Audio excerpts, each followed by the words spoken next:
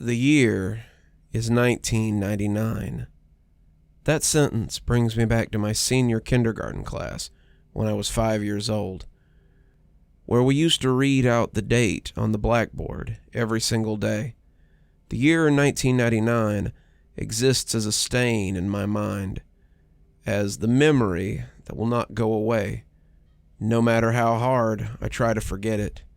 1999 marked the year I lost my first tooth, my first time on a plane, and unfortunately, the early loss of my childhood innocence. That one memory that refuses to be wiped. It all started with that new or old TV. At the time, Pokemon was the latest fad to hit the school. Pokemon cards, games, stickers, and the most popular, the TV show. So of course, every time I came home from school, I would stay glued to the TV until Pokemon came on at 5.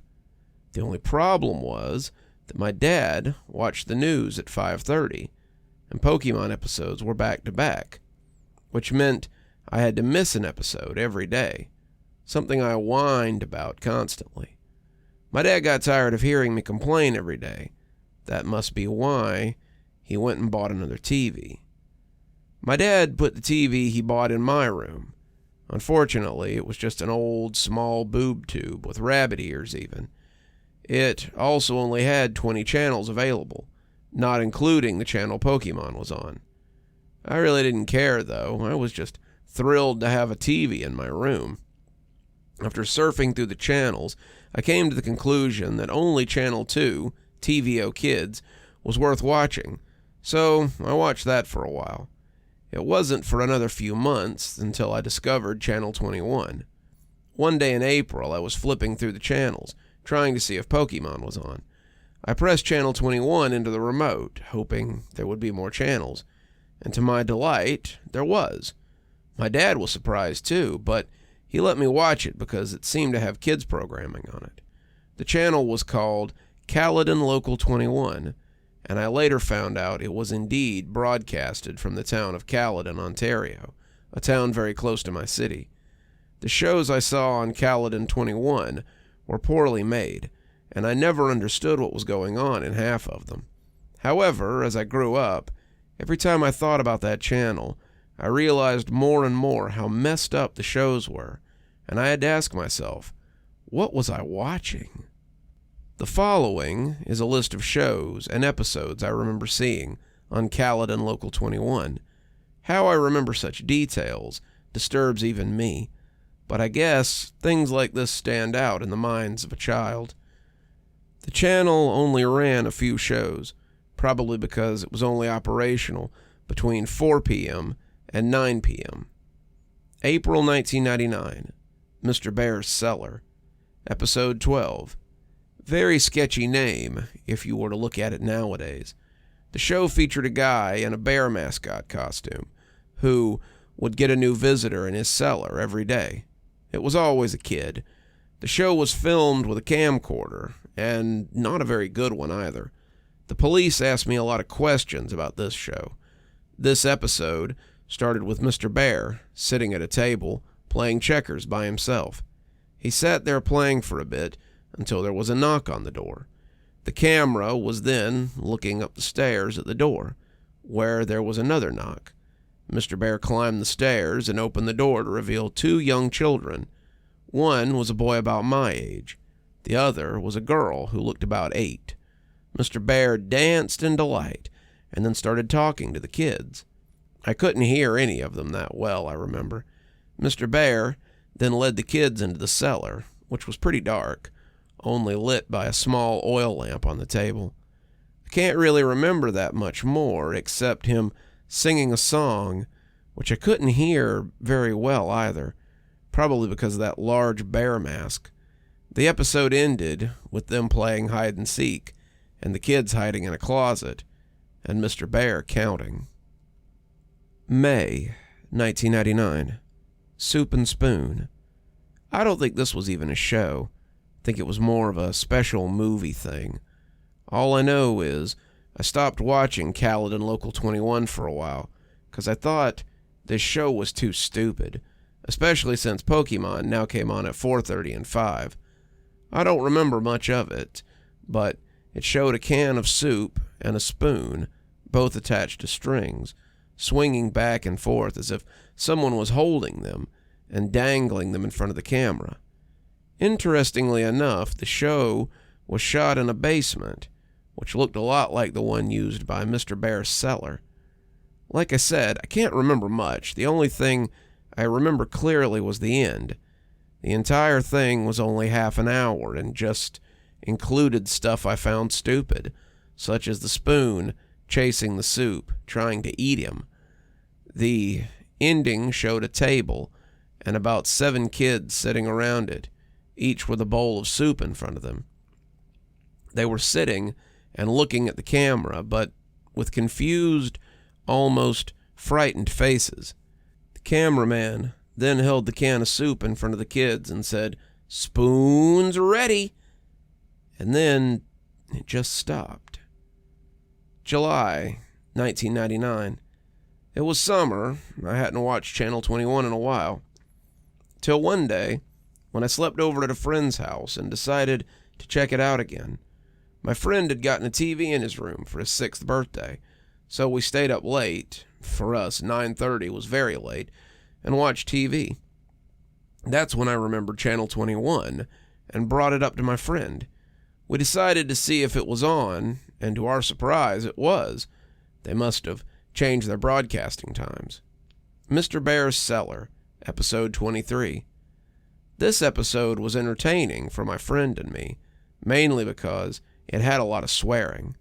However, now when I think about the episode, I realize something was definitely wrong when it was filmed. The episode started with the camera on its side, while it was facing Mr. Bear, who was walking upstairs to the cellar door. The camera then blacked out for a few seconds, before fading in, back upright and facing Mr. Bear. There was also another kid talking to him, but this kid looked to be about 11 or 12. He was talking to Mr. Bear for a while, but I couldn't hear very well, again with the crappy camcorder, until the kid started raising his voice. The kid was saying how it was late and his sister had to go home. You could also hear more voices in the background. I remember Mr. Bear clearly saying, "Get the F out, you're not invited," with a deep voice muffled by the bear mask. I remember my friend and I looking at each other and laughing at the mention of the forbidden F word, but the episode got weirder. The kid began to climb the stairs before turning around and saying he was going to call the cops. Mr. Bear began to break into a run after the kid, who started screaming and running as well. The camera just cut out then, and that was the end of the episode. The channel then turned into static shortly after. August 1999. I didn't watch Channel 21 after that. In August, I grew more curious to see Mr. Bear's Cellar for some reason, though. The last episode I saw of Mr. Bear was weird and had swearing, which also made me think the show was meant for teenagers. Nonetheless, I flipped onto Channel 21 when my dad was busy. Mr. Bear's Cellar, episode 28. Apparently, this episode had been playing the entire month of August. It was studied a lot by the police. The entire episode was just Mr. Bear sitting in a chair talking to the audience. "Hello, kids. Do you want to visit my cellar?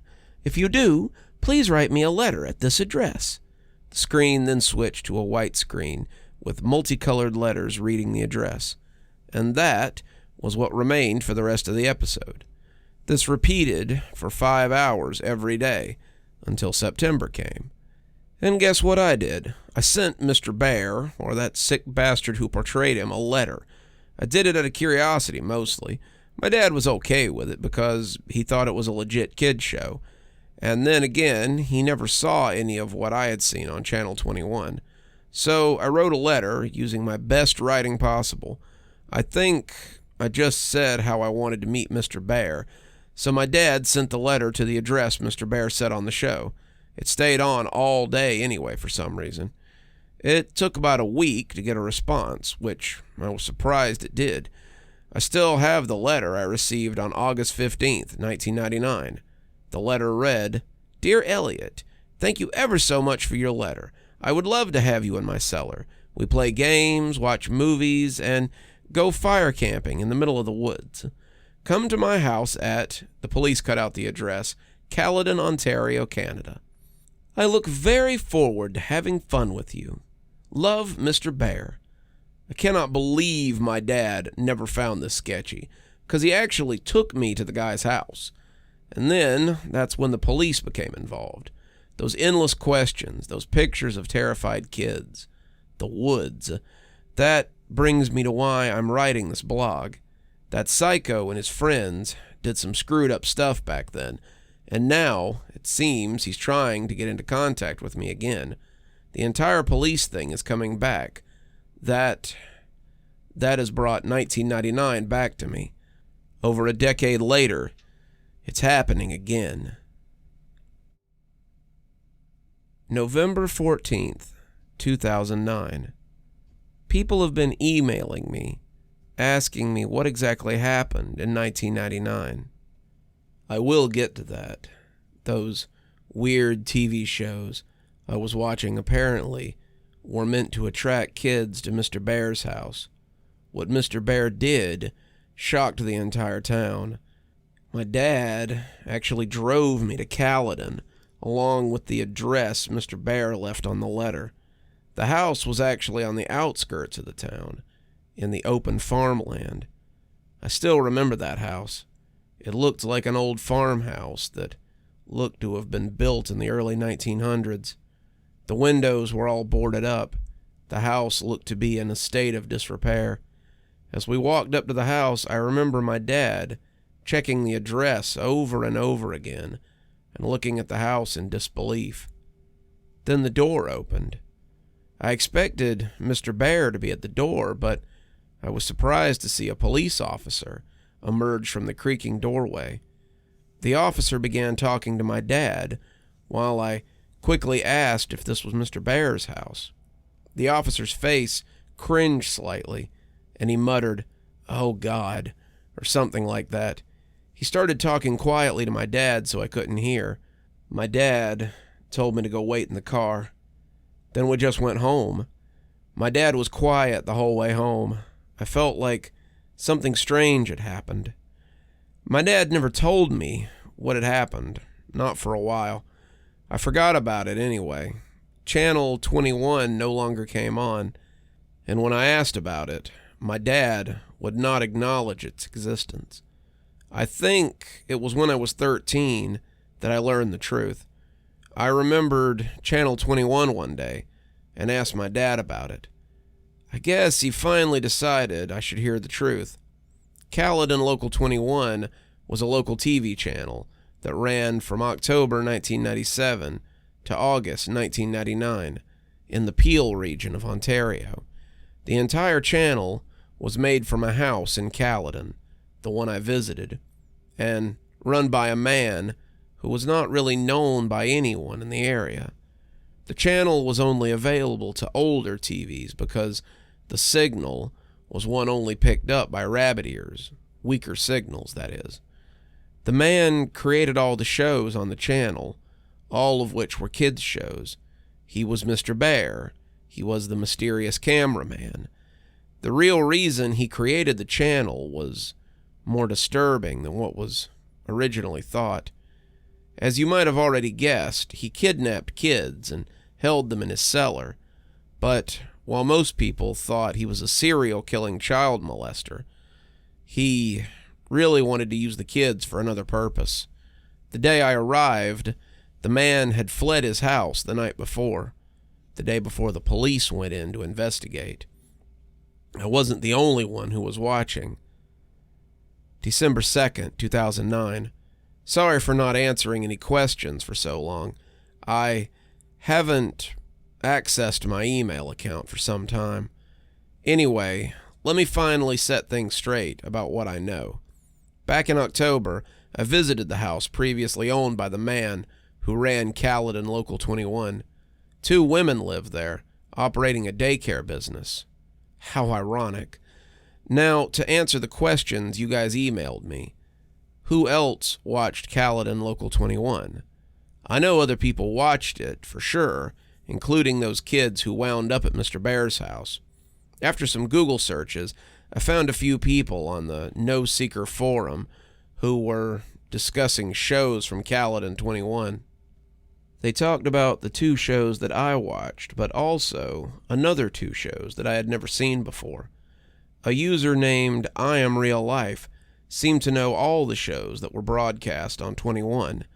Here are the 2 I've never seen. The Fallen Angel in Life. I Am Real Life described it as a fairly boring show about a guy rambling on in front of the camera about how we must please Satan and appease him before it's too late. Paint with the Soul. I Am Real Life and another user called Siggy92 were discussing this show. They described it as Blair Witch-like, as it consisted of the cameraman wandering around a forest at night, doing nothing particularly interesting. I'll go looking for the conversations to see if I can get the links. Question: where is Mr. Bear, or the guy who wore the costume? If I did know, I would have said earlier. I have no idea where the guy is, or if he's dead or alive. Hopefully dead. When I see my dad's friend next time, I'll ask him about this. Maybe I can get a more definitive answer. Question: what did Mr. Bear do to the children? Answer: this is by far the most common question I've been asked. I found this out in October as well, via my dad's friend, who is a retired Kaledan regional officer. Apparently, the man playing Mr. Bear took the kids out of his house and into the forest nearby. What he did there, police are not entirely sure how it happened, but 16 charred bodies of children between the ages of 4 and 13 were found in a 15 by 15 foot ditch deep within the forest. My dad's friend did not want to go into exact detail, but I'm seeing him next Thursday anyway, so maybe I can extort some information from him then. That's all I have for now. Thanks for keeping an interest in my blog. I will try to gather as much information as I can for my next post. I've actually been getting pretty interested in it myself. It should be my right to know what the hell happened. January 14th, 2010. Sorry I haven't posted anything for a while. I kind of lost interest in this blog since I hit a standstill while looking for more information about the identity of the owner of Kaledan Local 21. However, a few weeks ago, I struck gold. I found some answers, surprisingly, from the father of a kid I used to babysit. He lives just across the street, and I used to look after his kids when they were younger. He's also currently unemployed. He used to live near the woods outside of Kaledan and witness the owner's activities in the woods. His name is Anthony Polo. When he lived in the small bungalow outside the woods, he would often venture into the woods to smoke a joint or two before returning to his work as a wood craftsman. Polo described that sometimes he would hear voices of children coming from deep within the woods, as well as a glowing light off in the distance. Polo told me these events started in late 1997. Note, this is around the time Kaledan Local 21 began airing. He apparently became annoyed by this happening every once in a while and actually went to investigate. Polo then described what the whole scene looked like when he got there. There was a group of kids, he said about 13 to 17, the ages 5 to 12, gathered around a large fire pit with a burning fire. With them was a single adult. Polo talked to the man, noting his unusually unkempt appearance, something like a crack addict, as well as his consistent twitching, and asked what he was doing out in the woods with these kids. The man said they were on a camping trip, something they did frequently. Polo, not suspecting anything, Kaledan has one of the lowest crime rates in Canada, simply left it at that and told them to be quieter. Polo then paused for a while before telling me that they never became quieter, In fact, sometimes he heard loud chanting from the children in an unknown language. He didn't bother meeting the man again, and he was moving away. I told Polo that the man was probably the owner of Kaledan 21, but he doubted it, as he heard that the man was moving to Pickering by several other residents near that area. Here is what I know now. The man would take children into the woods regularly for camping.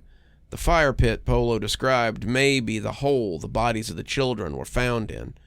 The children Polo saw are probably the ones found dead. The man moved to a city called Pickering, a smaller city near the edge of Toronto. I will discuss this with my dad's friend, the ex-cop, and see if this matches anything the police knew about the man. I also want to know if he has any other knowledge about what was aired on Kaledan Local 21. February 10th, 2010. Good news, guys. I talked to my dad's friend, and he discussed a lot of information with me. First, I asked if the police had any information on the man who ran Kaledan Local 21. He replied that they have only had the same leads for years and never found a suspect. However, the Peel Regional Police do have some of the tapes found in the house of Kaledan Local 21, the one it was broadcasting from. He took me over so I could watch a few. I guess I haven't said much about him yet. My dad's friend's name is Mitchell Wilson. Pretty nice guy. He seems to understand my thirst for knowledge on what happened during the late 90s in that house. He feels it was wrong for my dad to keep it from me for so long. He took me to the Davis Road police station. If you don't know, it's the largest station in Kaledan and one of the largest within the Peel region itself. Each of the main stations around Peel have some of the tapes. I was able to watch all of the footage that the Davis Road station has. Unfortunately, I wasn't allowed to take any tapes home for obvious reasons. Paint with the Soul, Episode 10, Garbage Thrown Away. Paint with the Soul was one of the shows that I Am Real Life and Siggy 92 discussed on Neoseeker. I told the police about this, and they informed me that 12 episodes of the show were made and broadcast between December 5th, 1997 and January 8th, 1998. Exactly as I Am Real Life and Siggy 92 described, the episode opened with the cameraman wandering around in the woods. It appeared to be during the evening, as it seemed that the sun was setting. The cameraman walked along a path until he got to an area where there was a lot of garbage lying in the leaves. The camera looked around at the various wrappers, bottles, bags, and boxes, making sure each item got a few seconds of screen time. The camera then focused on a single area before the man spoke. I recall he spoke in a very timid, quiet voice, and I swear I've heard it somewhere else before, like on another Kaledan Local 21 show. I could barely hear what he was saying, but he mainly talked about how humans are garbage, or something that had to do with saving ourselves by cleaning up the garbage. He means us, of course. It actually sounded really stupid, but still, a feeling of dread came over me. I mean, that forest was positively where those bodies were found, right? Mr. Bear's Cellar, Episode 25. When the police administrator brought the tape in, I actually said, "Oh, shit," and chuckled a bit out loud.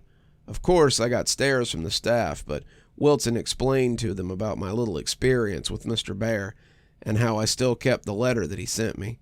Like the previous episode, this one included the guy wearing the bear mascot costume.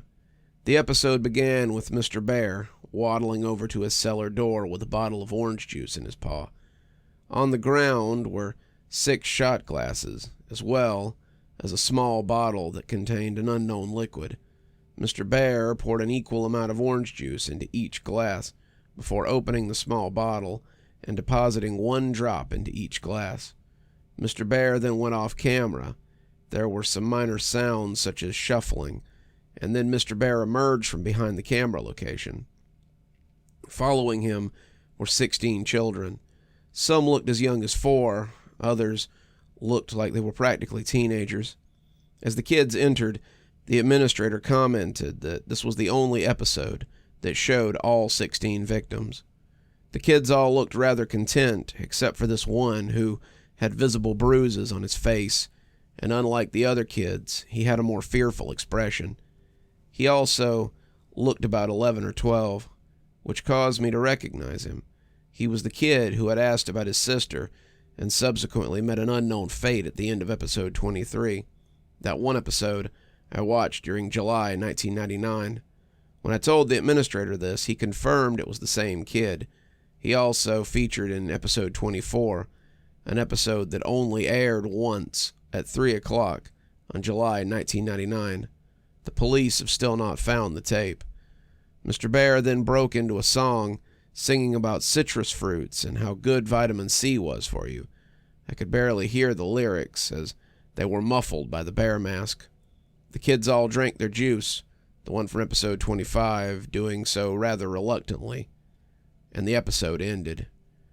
After viewing the tape in possession of Davis Roads Police Station, I'm satisfied, but only temporarily. I still want to know the full story. The police just keep giving me the same crap about the creator of Kaledan 28 being a fetishist pedophile, as well as an apparent cultist.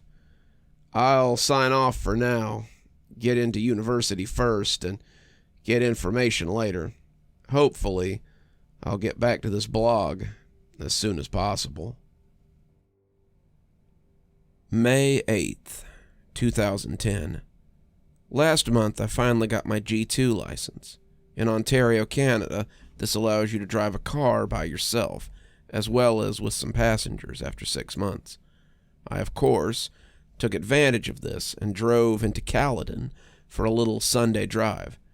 Since I haven't updated this blog in a while, I figured I might as well visit the house where the infamous channel of my childhood was located.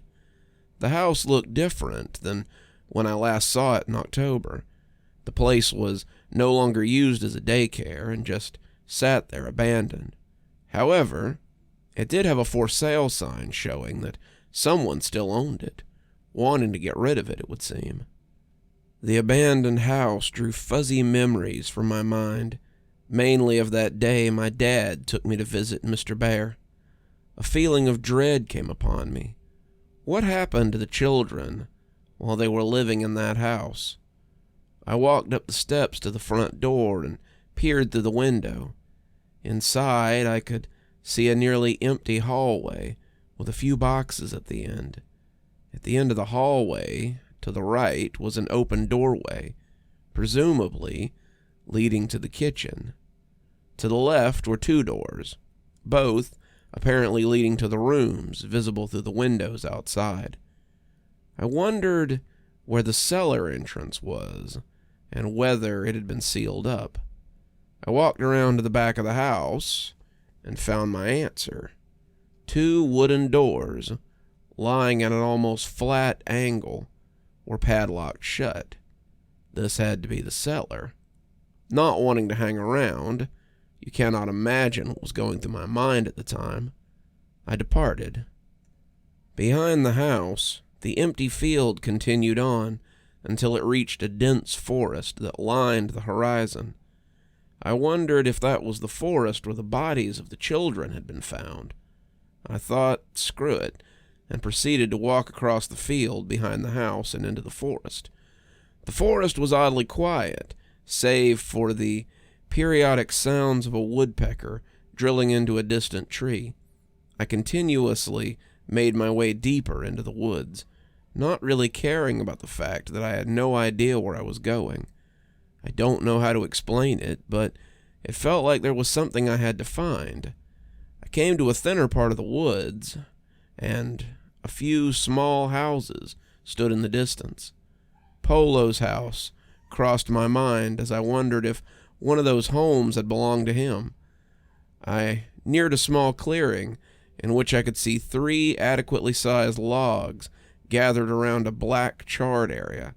showing a small fire had been lit there very recently. "Hey, get out of our fort!" Those woods nearly gave me a heart attack. I turned to my left and saw 2 dark-clad people running towards me. My initial thought was to run. However, as they came closer, I saw they were really just kids in their early teens, probably 13 or 14, maybe even 12. As they approached me, they realized my size as well. I'm 6'1", while they could have been no bigger than 5'8". One might have even been 5'7". "Well, we said get out," the larger one said, who was wearing a Slipknot t-shirt.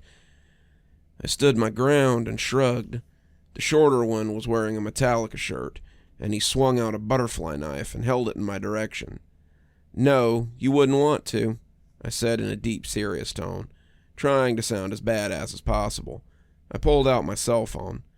The 2 kids withdrew, the one in the Metallica shirt putting away his knife. "Look, dude, we don't like people in our fort, so can you just go?" The one with the Slipknot shirt said, obviously intimidated. I had no business in the forest anyway, so I uttered out a single "fine" and turned before I realized I had a great opportunity. "Did either of you hear of a guy who murdered a bunch of kids in these woods about 13 years ago?" I asked.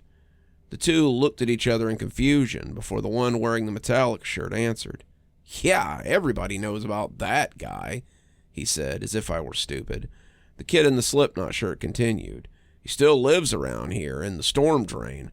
My big brother says he saw him in a bear costume once, wandering around the forest at night." My instincts told me this was probably a lie, and the owner of Kaledan Local 21 is probably long gone, only existing as folklore in this small, isolated community.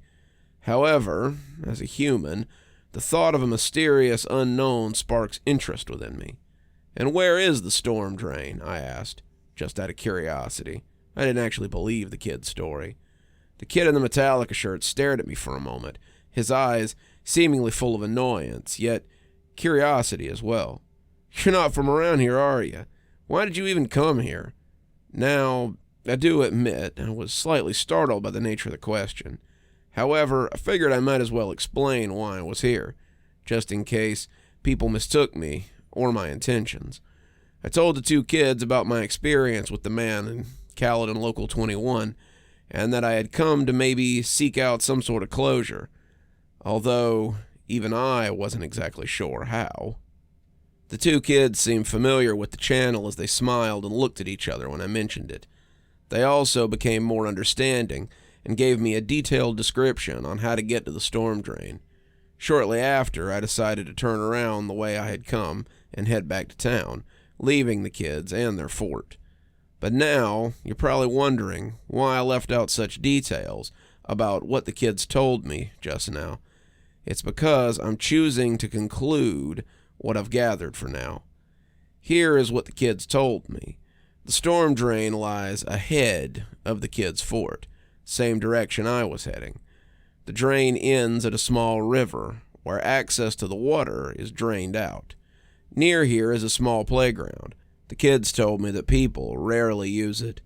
The man supposedly lives in the large pipe that rainwater drains out of. People have seen him, although always either wearing a bear mask or the mask in a full-body bear costume. I don't believe this is true, and in fact, simply a myth made by the residents of Kaledan. The story does not seem plausible in any way. Why did no one call the police? Didn't the guy look suspicious? And other questions like these leave the story invalid. I may visit the storm drain, not because I believe the story, but because it was an excuse to visit Kaledan again. So this blog doesn't die. With no more tapes to watch, I don't know what else to talk about. Thanks for continuing to support me and my blog. I know many of you are looking forward to more information about what happened in Kaledan during the year 1999. I'll do my best to continue my research into the topic. Elliot out for now. Update, October 7th, 2010. Wow, nearly 5 months since my last update. I'm guessing everyone pretty much thinks I'm dead, right? Thankfully, I'm not, but in all seriousness, I really have been busy these past few months, and a blog about something that could have killed me as a kid is a little low on my current priority list. As of now, I'm living in Waterloo, Ontario, attending the University of Waterloo for computer engineering. Yeah, I'm a keener.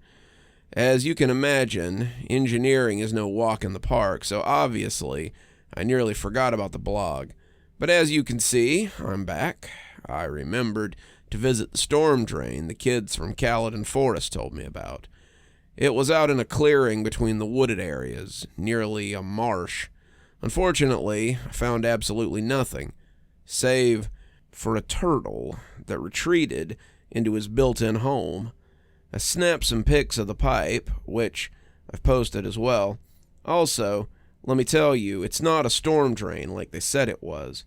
What I saw was a simple pipe, possibly to channel the access water from the marsh. When I returned from Kaledan, however, I simply kept putting off uploading everything until I forgot all about my blog. It just didn't seem important anymore. Please forgive me. It wasn't until only recently that I'm now interested in my case again. On September 10th, I received an email from this email address, returntheb@hotmail.com. Funny, am I right? Well, it gets better. I'm going to copy and paste the exact email this guy sent me. Dear Elliot, my dear, dear boy, you see, this story may or may not be true, but it could happen. There are many slots for airtime. If you have money, you can have access to public TV channels. Some public access channels share airtime, like EWTN, religious channels based out of Michigan. That shows Catholic-based programming, but during off hours have independent shows or just blue screens. Cable networks have Amity channels available for rent space. So, the scenario of a pedo renting a channel on basic TV is not as far-fetched as you might think. However, public access TV is widely reviewed and can be terminated at any time. These are the rules for the United States, not for Canada, where this story takes place. So, this is happening in the U.S. The pedo would be tracked and arrested immediately. Yes, this story could happen, but it's unlikely. 100 fuzzy hugs, Mr. Bear. Now, obviously, this letter is fake and sounds almost corrupted, but still, I'd like to thank whoever sent it, though they could use some English lessons. Just reading this letter creeped me out, but because of it, I'm now full of this new interest to continue my blog. I guess it's just funny to try to pursue the mystery I've always questioned. Now, my roommates know all about this. They thought the letter was real and actually seemed more scared than I was for a second, but then I shrugged it off, so he did too. I mean, what are the chances of this being real? How could Mr. Bear know all about public access TV and about when I went to Kaledan on those occasions? More or less know my email or me, still interested in the seller. It's fantasy, totally. I'm going to send a reply to return the B. Wow, just looking at that email address, you can tell someone wanted to freak me out. It didn't really work, though. Although, whoever sent it, thank you for sparking my interest back in the full matter. Maybe I can find out more about what happened to Mr. Bear, hopefully, because although I don't buy the email, part of me still feels a little anxious. Thank you to all those who are still following me and have become avid fans. You're also why I'm choosing to continue this. Thanks, guys. November 7th, 2010. Wow, I can't believe this blog hasn't been deleted yet. I haven't posted anything for so long. I have my reasons, and I'd rather not discuss them yet, but it's been a rather traumatic year for me. Some of you were right.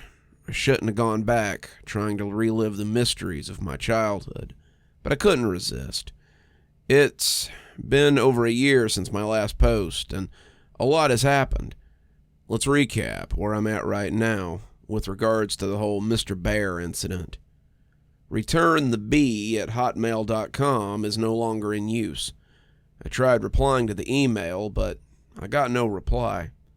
I tried again a while back, but still no response. I've actually moved up to Ottawa, capital of Canada, for those who don't know, for university, so I haven't been back to Kaledan, or back in the Peel region, for a while. I had my reasons for leaving, as you can guess why. I've had to make a new email account because people keep prank emailing me, pretending to be Mr. Bear. Thanks a lot, guys. Not. Why have I ventured back to this blog? Mitchell Wilson, remember my dad's ex-cop friend, gave me a phone call on October 23rd about a tape that was found in a branch of the Branton Public Library. Branton is my hometown, in case you hadn't picked up on that. He claimed he isn't allowed to discuss the contents of the tape with me, as it's still evidence, but he asked me to come check it out when I return home. That tape got the gears grinding again because we all know what was on the last tape I saw. I can only imagine what can be on this one. I'm guessing it must have something to do with Kaledan Local 21. I guess I just wanted to say that I'm continuing this blog, and thanks for everyone who's still following it. I don't know when the next entry will be, but when I see the tape, I'll write what I find. I don't know what to expect, but the idea of seeing another tape has gotten me interested in the whole mystery all over again.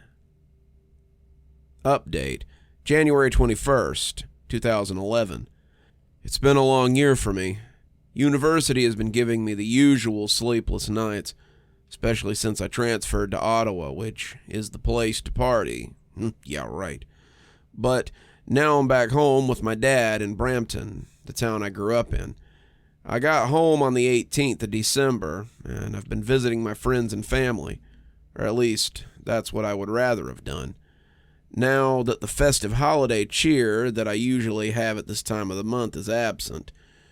To answer the hundreds of emails and comments I got, yes, I did see the tape that my dad's friend promised to show me. These tapes, however, act as a curse. I want to know more, yet I want to forget everything. I couldn't help it. I needed to see the tapes.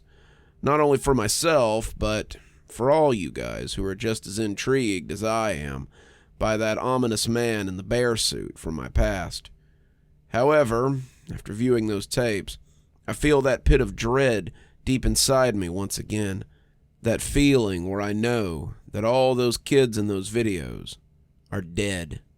That I could have been one of those kids, and that humanity is a dark, dark place. If you haven't skipped this paragraph for the juicier details below, thanks for listening to my rambling. On January 1st, I called Mitchell and asked if there was time for him to come by and show me the tapes. Things are pretty slow at the station because of a snowstorm, so he said he could come down any time that day. The tapes were located at a branch not too far from me, so I braved the slushy roads and terrible Brampton driving and made my way to Peel, the original police station located in Bromella City Center. I met Wilson at the front desk, where he led me to the second floor and into a small office. He instructed me to have a seat and wait while he went to get the tape. Before leaving the office, he turned to me and said, "I know you're curious, but are you sure you want to see this?" Of course I did, or at least I thought I did. Besides, Wilson's friend had pulled a lot of strings to get me in here, and I didn't want the opportunity to go to waste. This particular station had 2 tapes on hand. I was only able to watch a few minutes of footage, however, because the second tape was apparently too damaged to be played in a VCR. Mr. Bear's Cellar, Episode 30. Mr. Bear never ceases to disturb me, especially after what almost happened to me when I was younger. The episode took place outside the forest at dusk, making it slightly hard to see, especially considering the quality of the film, a trademark of anything on Kaledan Local 21. The episode started with the camera being held in the paws of Mr. Bear, aiming it at himself. That bear mask, it looks more sinister in the shadows of the trees. The unmistakable muffled voice spoke up. "Hello, children. Today, I'll be doing a wonderful thing for my friends. I'll be delivering them to a faraway land where they will surely be happy." Mr. Bear turned the camera around to show an ATV with an attached trailer. But what stood out the most was the trailer contained 7 motionless children lying side by side. "This here is the first load, but more will be on their way soon." Mr. Bear turned around and pointed the camera at a large burlap tarp spread on the ground. He picked the tarp up, revealing a large hole that must have been about 12 feet deep and maybe 15 feet wide. The rest of the episode consisted of Mr. Bear taking each kid and dropping them into the hole. I asked Wilson if they were dead, to which he shook his head and replied, "Not yet." Soon all the kids were in the pit. Some were in awkward positions due to being tossed in, but they remained unconscious. "The vitamin C will surely help these children on the great journey that awaits them," Mr. Bear mentioned as he panned the camera towards multiple bottles of gasoline beside a bush. The camera zoomed into the bottles as Mr. Bear hummed before the episode ended. Wilson revealed to me that these were 7 of the 16 victims found burnt to a crisp. The gasoline is what the man playing Mr. Bear used to light them on fire. A pit full of burning children. Who would do such a thing?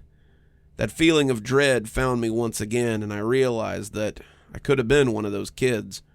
Wilson then explained to me that they had previously lied. The other tape, confiscated by the police, did indeed work, and contained the filming of the actual burning. However, he felt that I wouldn't be able to handle the disturbing and graphic nature of the episode. You know what? Maybe I can't. I don't even want to see it. I'm satisfied for now, but I just need some time to get myself together. The thing is, the man who ran Kaledan Local 21 is still out there. More to come soon. Once upon a time, there lived a little boy named Elliot. Elliot was a clever boy who loved playing with his friends. One day, he watched a lovely television show about a bear and his children friends. The children loved helping each other, as good children should, but they also loved the bear. The bear loved the children, since the children were so good at helping him, and the fallen angel.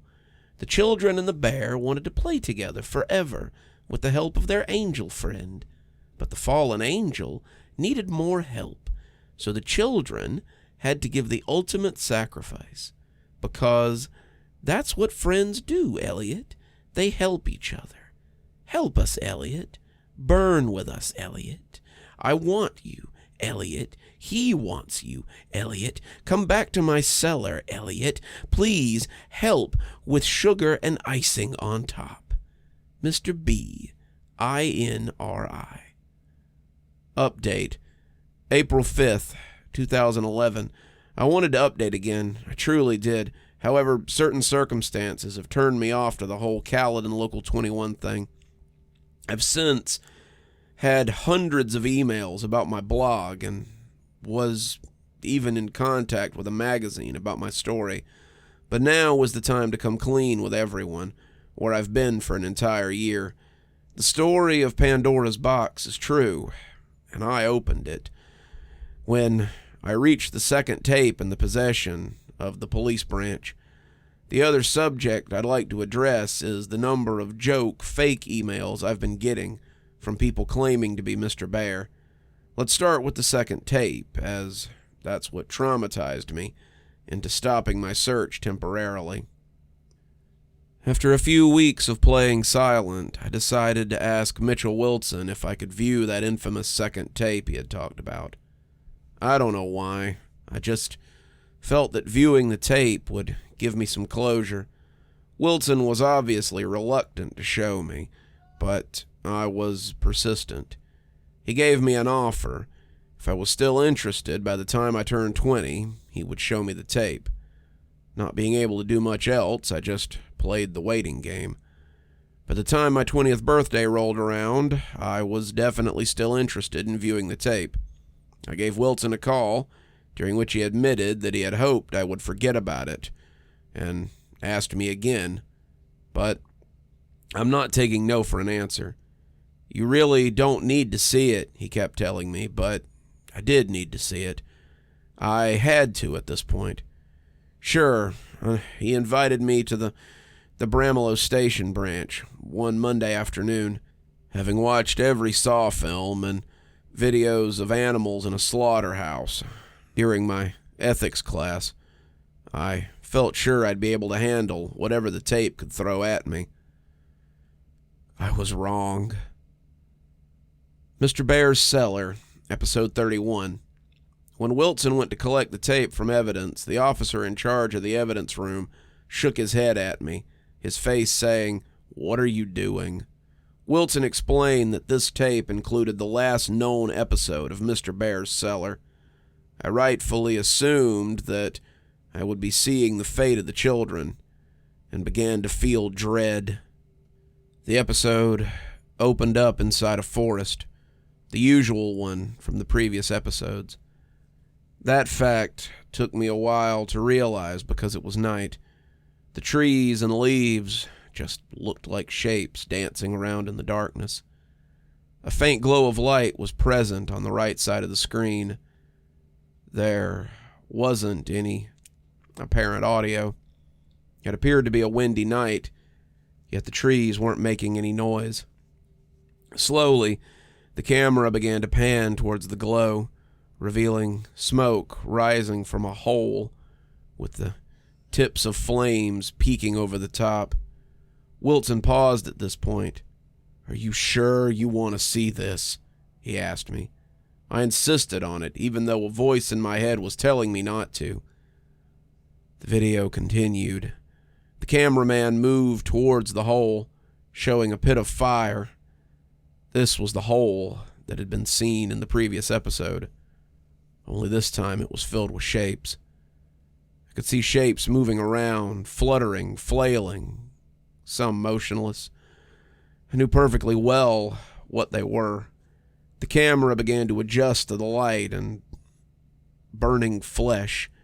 Red, black, a blur of surreal movement and colors. I wish I could forget what I saw, but you can't forget a scene like that. This was not a horror movie. This was reality. Human beings were being killed in a horrifying way, a fate that I could have potentially met. The video suddenly cut to dawn, the camera now positioned further away from the hole. The fire was out. However, there was still smoke rising up. A figure was up ahead. I recognized it right away. The Mr. Bear suit was laid out on the ground, empty. It looked just as unnerving. The suit was laid in the shape of a cross. The cameraman did a lap around the suit, treating it like a treasured artifact. Placed at the head of the suit was a sign. In bold red letters, INRI was printed there. The cameraman looked back to the end of the suit, zooming in on the bear's face. The episode finally ended. I was speechless. It was like a dream. You can find a lot of terrible things on the internet, but I had never seen anything like this. Wilson asked if I was okay, and I replied with a shaky, "Yeah." I assured him as we left that I was fine and that the video gave me some closure over the whole incident. He didn't seem too confident in me, but he left it at that. He was right, though. I had nightmares for weeks. I gave up. I didn't care about the whole thing anymore. A sick man burned a bunch of kids alive, attracting them with a fake kids TV channel. I could have been one of those kids, yet I'm still here. Suppose I should be grateful, but I just feel guilty. Am I still here because of pure luck? 10 months later, I'm back, but now I need to address something else. My email has been flooded with messages. Some people ask for more details. Some ask if I can upload the tapes, and some people email me claiming to be Mr. Bear. First, I can't get the tapes uploaded, as they're A, in police possession as evidence, and B, I have no idea how to transfer VHS onto a computer. As for the people pretending to be Mr. Bear, you're not fooling me. When you have dozens of people pretending to be the same person, it doesn't work. I've seen the fake Kaledan Local 21 YouTube channel, which is cute, but still not real. Even more annoying is the fact that someone hacked my account just to put up some demented poem about me in this blog. I'll leave it in the entry above this one, just to show you guys. I have contacted the webmaster about the entry and was told that it was posted on Halloween. Oh, so spooky. Attached to the email, paintwithb@aol.com, which I assume is another joke email. I'm over episode 31 now. The image that I saw will stick with me for a while, but I want to do one last hurrah. I will get into contact with Mitchell Wilson again, and hopefully get set up with the tapes in the possession of the other Peel Region Police Department branches. I'll try to update you guys as soon as I can. I'm sure this won't be the last you hear of me. Thanks to everyone who will read this. Elliot.